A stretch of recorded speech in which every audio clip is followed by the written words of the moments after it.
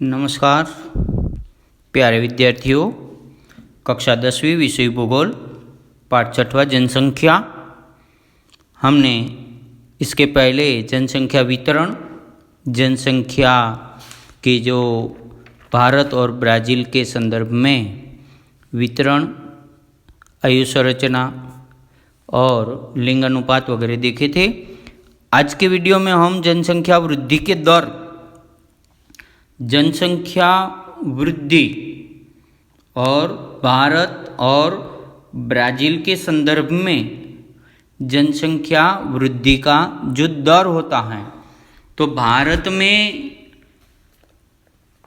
जनसंख्या 1971 तक जनसंख्या वृद्धि की दर 2 से 2.3% तक बढ़ी थी और 1971 के से 1991 यानी 20 साल के 2 दशकों की जो कालावधि भारत की जनसंख्या वृद्धि के दर 2.3% पर स्थिर दिखाई देती हैं। तो भारत और ब्राज़ील के संदर्भ में हम देखेंगे तो पहले 1991 से लेकर अब तक भारत की जनसंख्या वृद्धि की दर मंदगति से कम होती दिखाई देती है, यानी वृद्धि दर में कमी आ रही। वर्ष 2011 में भारत की जनसंख्या वृद्धि दर लगभग 1.7% थी और आपने पहले देखा 71 से 91 के बीच में 2.3 थी, कम हुई 1.7 हुई। तीव्र गति से वृद्धि, जनसंख्या तीव्र गति से वृद्धि, तो वृद्धि होना 2010 के जो बाद तीव्र गति से वृद्धि और कभी कभी कम भी होती हैं। तो कम होने से कम हो रही मृत्यु दर तथा मंदगति से कम हो रही जन्म दर के कारण भारत की जनसंख्या वृद्धि दर धीरे धीरे कम हो रही है और जनसंख्या धीरे धीरे बढ़ रही है।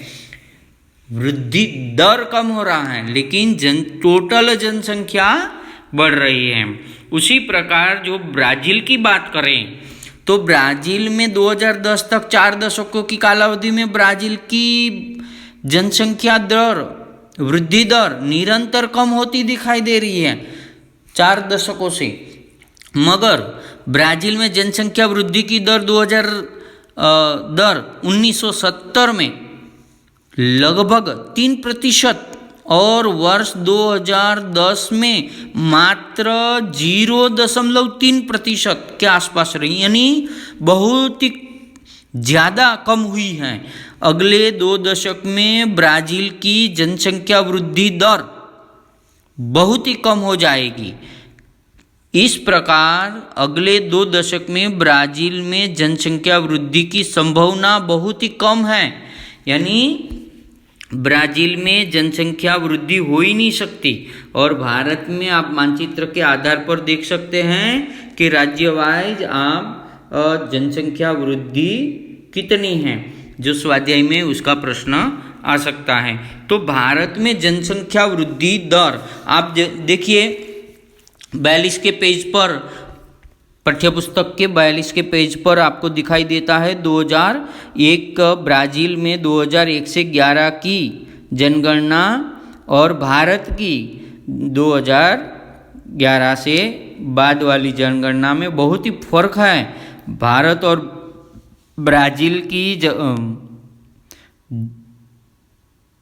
जनसंख्या वृद्धि की दर काफ़ी कम है ब्राज़ील की, लेकिन भारत की बहुत ही ज़्यादा है। भारत की जनसंख्या 2001 से 11 के दशक के बीच 18 करोड़ की वृद्धि हुई है।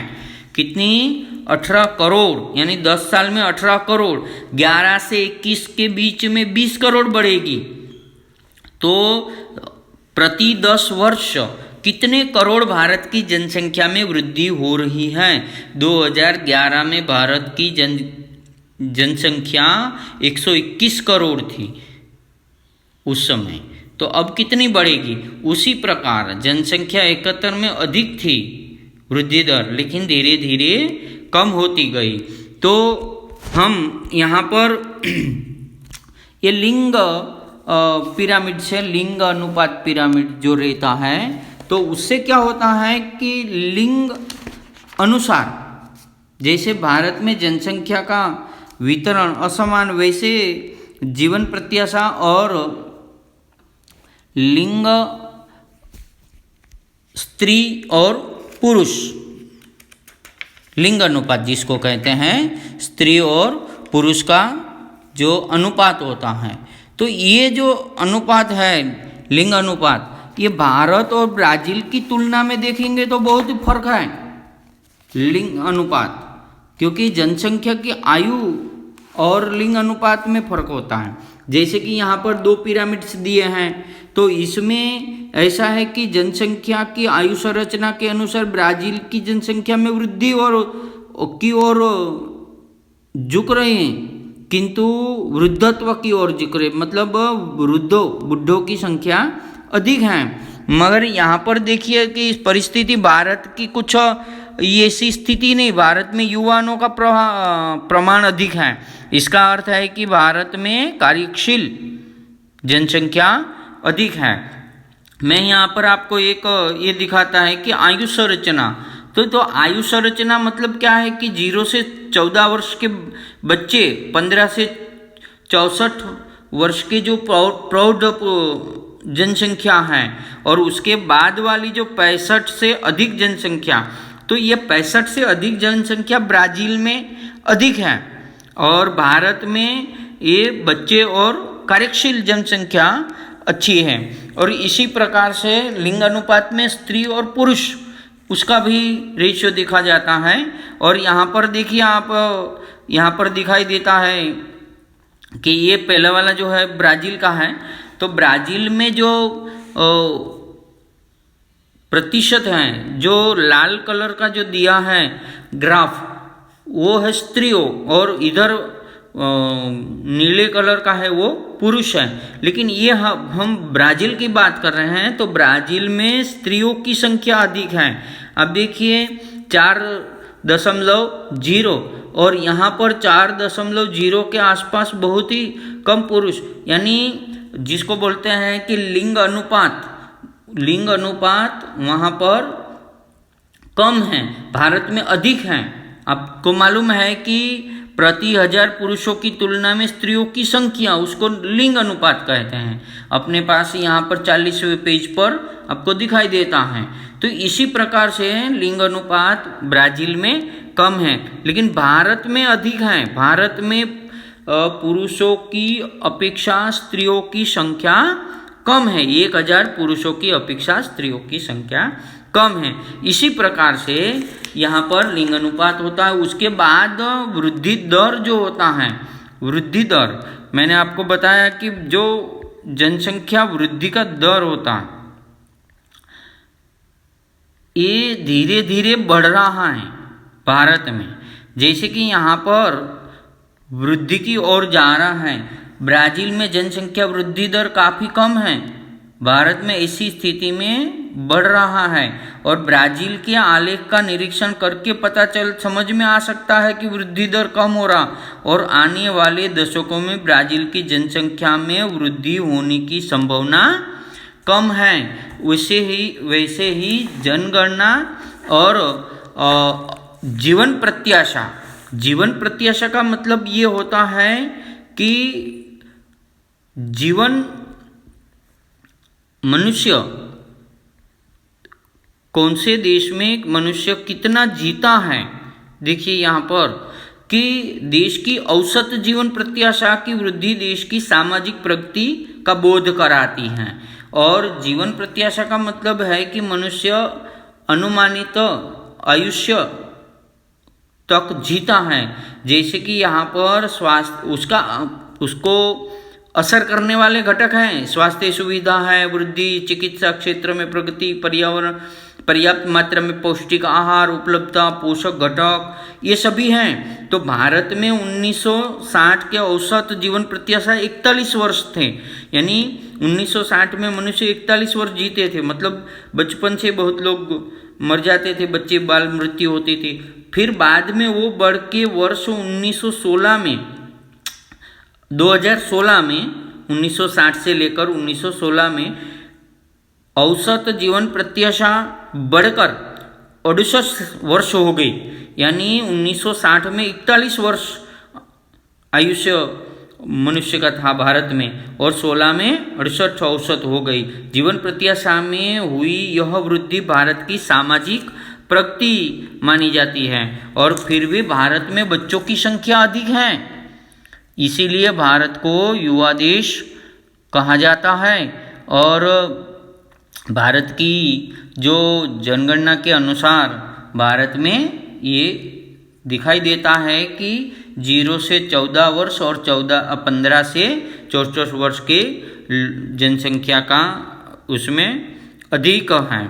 और जो इसमें भी साक्षरता का प्रमाण जो है, साक्षरता बहुत महत्वपूर्ण जो चीज़ होती है कि किसी भी देश की, जैसे यहाँ पर जीवन प्रत्याशा बताई, उसी प्रकार से वृद्धि, सामाजिक प्रगति, चिकित्सा, ये सभी होता है। उसी प्रकार से साक्षरता का प्रमाण, साक्षरता जो है अपने देश की, उसके आधार पर देश में लगभग किसी भी देश में आप देखेंगे तो शिक्षा का प्रमाण ब्राज़ील और भारत में, तो ब्राज़ील में देखिए 1981 में 74.6%, आप देखिए 44 के पेज पर, और बाद में 1991 में 80, 2000 में 86.4, और 2011 में 91.4, और 2016 में 92.6। ये ब्राज़ील की साक्षरता का प्रमाण है।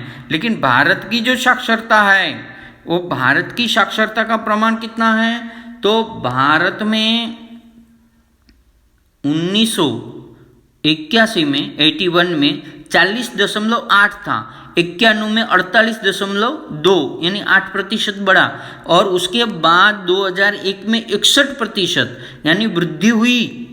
उसके बाद 2011 में 69.3% हुआ, और 16 में 72.2, यानी 72.2 हुआ। अभी देखिए तो भारत में 2011 की बात करें तो इसी प्रकार से वृद्धि होती रही, और यहाँ पर 2000 इसमें भी अर्थ यहाँ पर दिखाया है। 2008 के अनुसार विश्व की औसत साक्षरता 77% थी, लेकिन भारत की 74% साक्षरता रही थी। तो इसी प्रकार से हम यहाँ पर अपने पाठ्य पुस्तक में के अनुसार जो मुद्दे दिए थे, जनसंख्या के जनसंख्या संरचना, जनसंख्या वितरण, आयुष लिंग पिरामिड देखे, जनसंख्या में वृद्धि हमने देखी, औसत जीवन प्रत्याशा कि मनुष्य कितने वर्ष जीता है, उसी अनुसार हमने ये देखा। उसके बाद हमने शिक्षा का प्रमाण भी भारत और ब्राज़ील के संदर्भ में देखा है। तो हम अभी यहाँ तक ये वीडियो रखते हैं, बाद में मैं आपको ऑडियो देता, ऑडियो के माध्यम से आपका स्वाध्याय होगा इसी शनिवार के पीरियड में, और आपकी सभी समस्या का समाधान भी होगा, स्वाध्याय करेंगे, और बाद में मैं आपको गूगल टेस्ट फॉर्म देता हूँ, वो सबमिट करना है, और ये वीडियो अवश्य देखना है, और ऑडियो भी देखना है, गूगल टेस्ट फॉर्म भी सबमिट करना है। यही आपकी प्रेजेंटी रहेगी, ठीक है। तो धन्यवाद, जय हिंद, आपका ख्याल रखिएगा।